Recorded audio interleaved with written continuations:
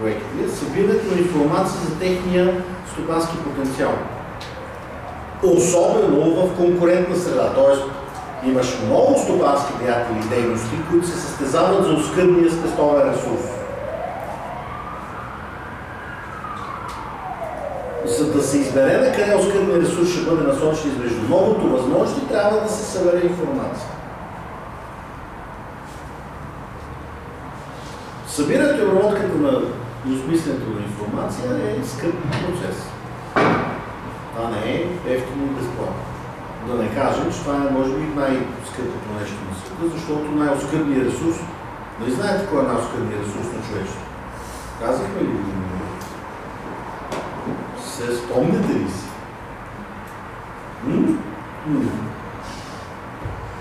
Силата на то, който има информация.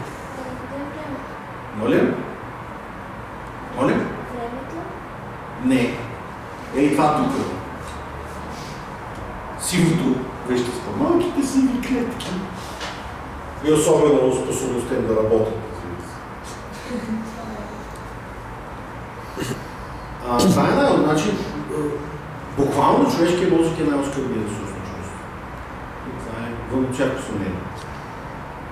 Да не говорим, че той и за тялото е най-енергоемкият ресурс. Огромни проценти от човешката енергия, от калориите, които взимаме, отиват да хранят мозъка.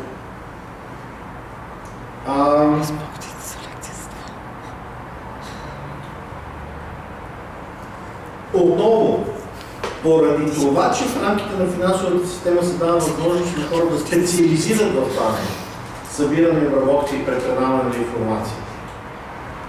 Те започват да го правят със сравнително по-малък разход на ресурси.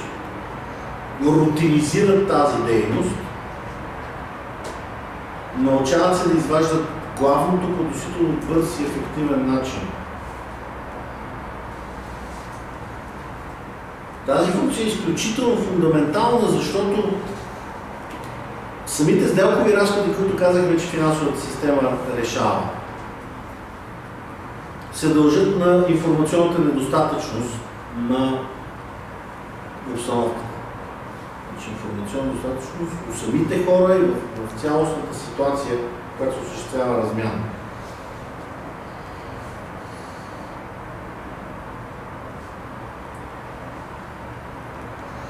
Финансовата система намалява сделкови разходи, като събира, обработва и препредава информация по относително евтин начин. Естествено, когато си върши работата. Тук не обсъждаме финансови системи, които работят зле. Не, че няма и такива.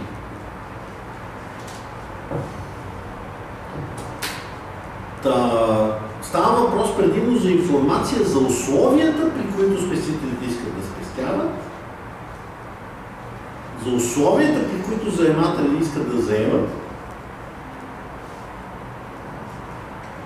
и също така за вероятностите обещанията да бъдат изпълнявани.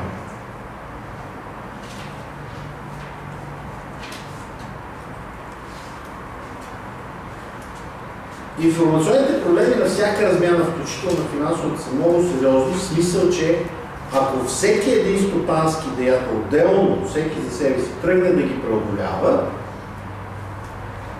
цената на това преодоляване ще е забранително висока. В смисъл, аз имам, да речем, спестени 1000 лева, искам да ги дам на заем и да генерирам огромна буша от лихви, обаче се оказва, че за да реша кому трябва да ги дам най-добре на заем, трябва да похарча 900 лева. Съответно, усещате се, че сделка няма.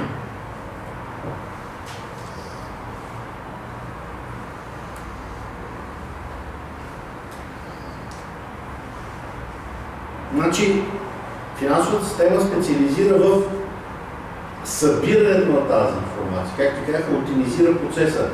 Специализиращите в нея стопански деятели следят непрекъснато всичко, като рутина. Тоест, когато дойде нещо ново, те само трябва малко да добавят, за да могат да си вземат решението към информационен масив, който вече има.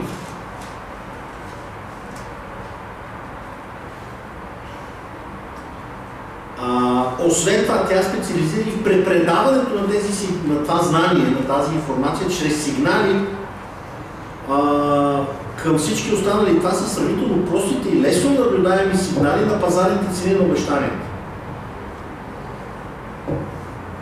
Значи за всяка една пазарна цена, а пък особено за тази на обещания, стои огромно количество информация и човешко знание. Не затова икономисти крещим на умряло, някои икономисти, не всички. Когато държавата влезе, нали, с сопата каже, на тази цена, ти няма да си тук, ще отидеш там, защото в момента, в който тя извърши това нещо, цялото това знание се изтрига. То престава да съществува.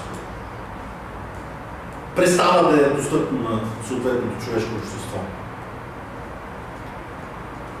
Както казах, знанието, комуница и ресурс. Иначе държавата види с много благородни намерения. Това не поставя под съмнение. Те много искат да помогнат. И те правят невежа.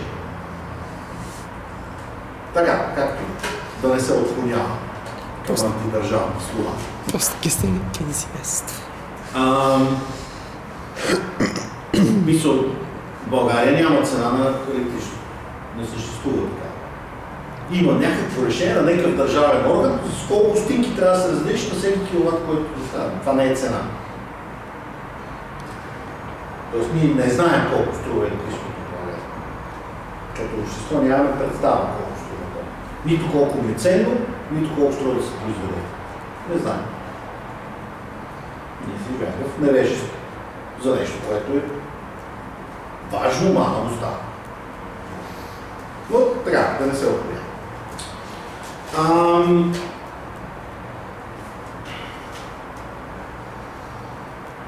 Чрез установяването на равновесните цени на обещанията, финансовата система помага на потенциалните спестители да преценят много неща. Първо, кои реални сектори да насочат своите спестявания? Чрез какви инструменти да спестяват?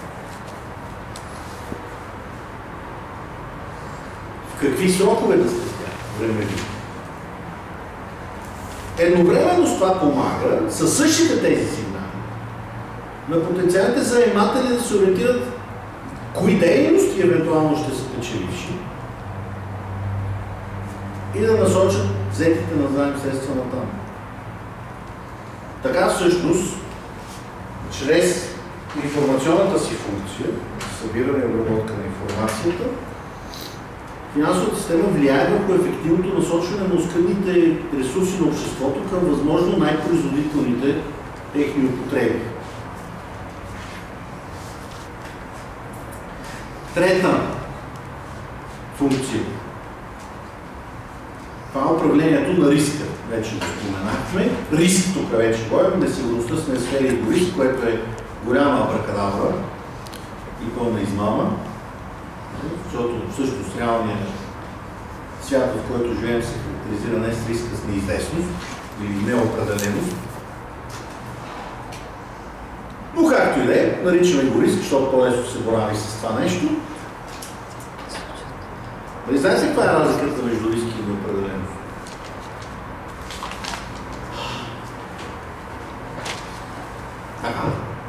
Това са две форми на несигурност. Риск съществува тогава, когато предварително знаем кое е възможно, т.е. кои са възможните бъдещи развития на света, всичките възможни бъдещи развития на света, т.е. технически казвам, познаваме домена на вероятностното разпределение. Няма нито една възможност, която да съществува и да не знаем за нея. Това е първото. И второто, във всяка една от тези възможности, които знаем каква е вероятността тя да се случи. И общо всичките вероятности се сумират до 100% или до 1%. Тоест, знаем домена на възможното и знаем вероятността на всяка възможност. Това е ситуация на риск. Представете си, нали, казино, рулетка. 37 числа. Това е. Ще се падне едно от 37-те. С вероятност, нали, едно от 37 за всяка. Това е положението. Няма друго. Уютно и приятно. другия. Неопределеност се характеризира с липсата и на двете неща. Тоест, не знаем всичко, което... За някои неща се сещаме, че са възможни, но знаем, че има други неща, за които не се сещаме и няма как да знаем, а са възможни. А ако сме умни, ще знаем, че има много неща, за които дори не можем да си представим, че са възможни. Тоест, буквално ситуация на бедна ти е фантазия. Дали го осъзнаваш или не, това е друг въпрос. Значи най-големите човешки трагедии възникват, когато се държиш, сякаш е рискова в ситуация, в която също се неопределена. Тоест ти играеш на рулетка, се оказва, че числата са 800 000. В действителността. Така.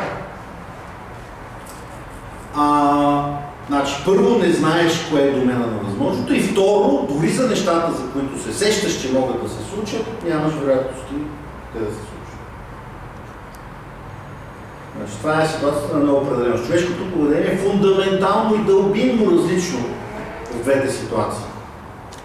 Значи, ако изправиш един човек в ситуация на риск и той осъзнава като ситуация на риск, той ще се държи по един начин, ако го изправиш в ситуация на неопределеност, дори структурирана, това в експериментална икономика може да се демонстрира. Дори когато тя е структурирана идентична с първата, но първата си му обяснила всички рискове и вероятности. Тоест всички възможности и вероятности. А във втората не си. И той знае, че има неща, които не знае, за които не се сеща. И не може да сложи вероятности на възможности. Се държат по различен начин. Дори в абсолютно идентични, иначе обективни ситуации. Просто различно е човешкото поведение, в зависимост от това дали той възприема ситуацията на риск или ситуацията като неопределена.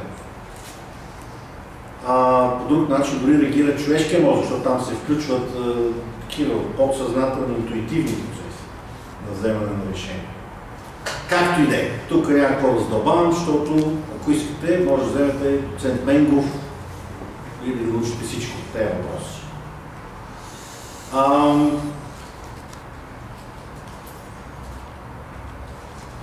Приемайки, че ще говорим за риск, за рисковата ситуация. Но гледна точка на финансовата система. Основните рискове са спестителите да не получат обратно това, което са спестили със съответно възнаграждение, т.е. да не получат обещано. В някаква степен. Може нищо не е получено, до някъде само.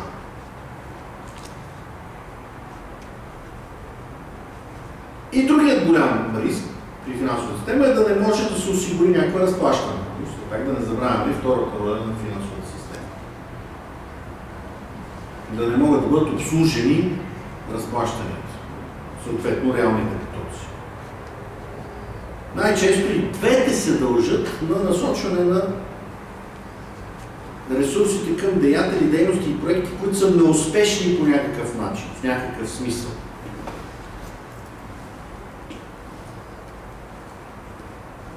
Накратко, рискът е вероятността да едно обещание да не бъде изпълнено. Основно.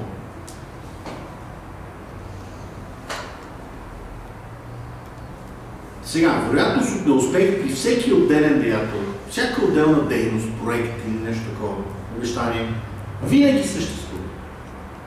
Тя не може да бъде елиминирана. Имаме фундаментален риск. Няма такова нещо като пълна сигурност в този живот.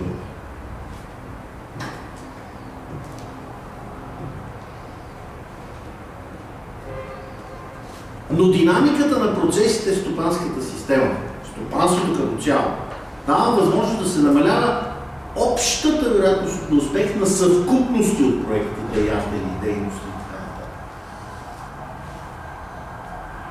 Отново, адски е важно да имаме голямо разнообразие.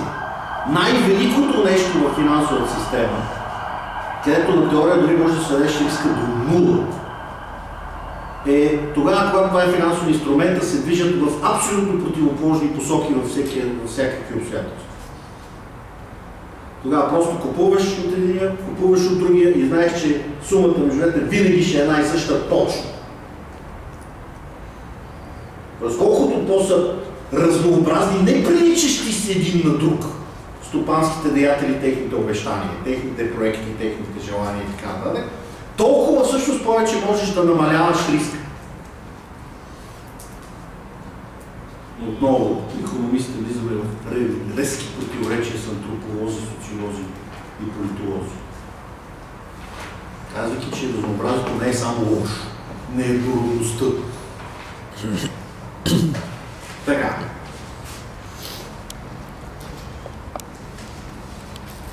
От гледна точка на спестителя съществува риск. Той поема риск, защото съществува някаква вероятност, някаква част от спестяванията му да бъдат изгубени поради неизпълнение. Основният въпрос на спестителя е за каква част и за каква вероятност става въпрос. Често казвам, ако има много висока вероятност, но тя се отнася до пренебрежимо малка част от моите спестявания, примерно купувам си билет за лотария, тогава всъщност не само, че може да съм склонен да поема този риск, и даже да го правя с желанието, т.е. удоволствието от тръпката да си струва левчето лотариен билет или тото фиш. Тоест самият тото фиш да ми доставя удоволствие, различно от това, че мога да получи нещо от него в бъдеще. И самото очакване, самата тръпка. Така. Носи удоволствие. Обаче, ако става въпрос за всичките ми спестявания, най-вероятно аз съм склонен да го заложа да дърпа шестица на тото.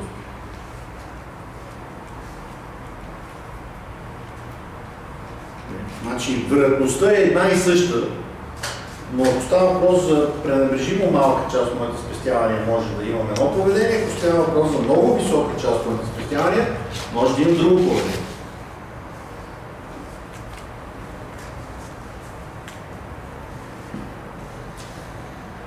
Целта на всеки спестител, разбира се, с възможно най-малка вероятност да загуби възможно най-малка част от спестяването, т.е. да ги подложи на риск. Постигането на тази цел може обаче да се окаже твърде скъпо за всеки спестител по-отделно. Защото обикновено, както ви казах, може да бъде свален много значително риск, т.е. да се намали вероятността от неизпълнение, не получаване на очакването. Ако разхвърляш своите спестявания върху много различни проекти, схващайте го като дадеш назаем на много различни заематели. Тогава от съвкупността дори някой да глътне вода от заемателите, портфейлът ти като цяло, най-вероятно ще има малки отклонения от очакването. Обаче, за да направиш това, трябва да получиш много заематели, т.е. включват се информационните разходи, за които говорихме вече. Аз мога да постигна пълна диверсификация, т.е. идеална диверсификация, да сваля риска на някакви пренебрежими стойности, но ще ми останат 100 000 търни лева за този добре проверен, прекрасен портфейл. Алтернативата е, нищо не проучвам, слагам всичко в един непроучен заемател, тогава рискът е висок и частта от моето спестяване е висок. Значи, от тръпта на глок, кофти е за отделния спестител. Тук отново влиза финансовата система. Финансовата система, да не говорим за чисто логистичния факт от действителността, при който спестителите са много с сравнително малки спестявания, т.е. доколкото, както говорихме, и сектора на домакинството основно спестява, всеки отделен стопански деятел, който е спестител, най-вероятно спестява сравнително малки количества. Докато заемателите обикновено като правило искат сравнително големи количества. Значи, дори си представете, дай да оставим фирмите, които имат нужда от инвестиционни проекти за милиони, но дори да вземем за какво се взимат заеми от домакинства. Взимат се за жилища, взимат се за автомобили. Най-вече. Значи това са големи пари. Жилище, най-вероятно 6-цифрени нужди говорим. Може и 5-цифрени, но високата част. Автомобили говорим 10, 20, 30 хиляди лева. А средното спестяване, в смисъл средното спестяване в България е 1000 и нещо. Не, повече. Депозитите на домакинствата са 30 и няколко милиарда, значи 4000. Да ви сложа. Средно на един спестител. Айде да кажем, че не всички българи спестяват 8000. 10 000. Значи един спестител не може да... Средният спестител не може да финансира средния заемател. Един среден заемател. А искаме да разхвърляме върху много. Значи имаме сериозен логистичен проблем. Също така. И финансовата система го решава. В голяма степен, както казваме, пълно щастие няма. Финансовата система влиза и казва, аз събирам мъничките средства на много спестители, събирам ги на едно място и съответно правя това, нали, като слост, правя много по-мощен ефект и вече така събраните големи количества могат да разхвърлям върху страшно много проекти и да намаля риска. С едно проучване на цялата информация, с едно поемане и свиване на риска и така нататък. Тоест, икономия от мащаба се реализира. И съответно, отново, точно по тази причина, плюс като специализирам правя нещата и по-ефтини, по тази причина и финансовата система успява да намали и риска. Да управлява риска. Така. Как сме с време? 6 без 2. Тук е хубаво да свършим, защото стигнахме до пряко и косвено действие на финансовата система, което можем да разгледаме другия път.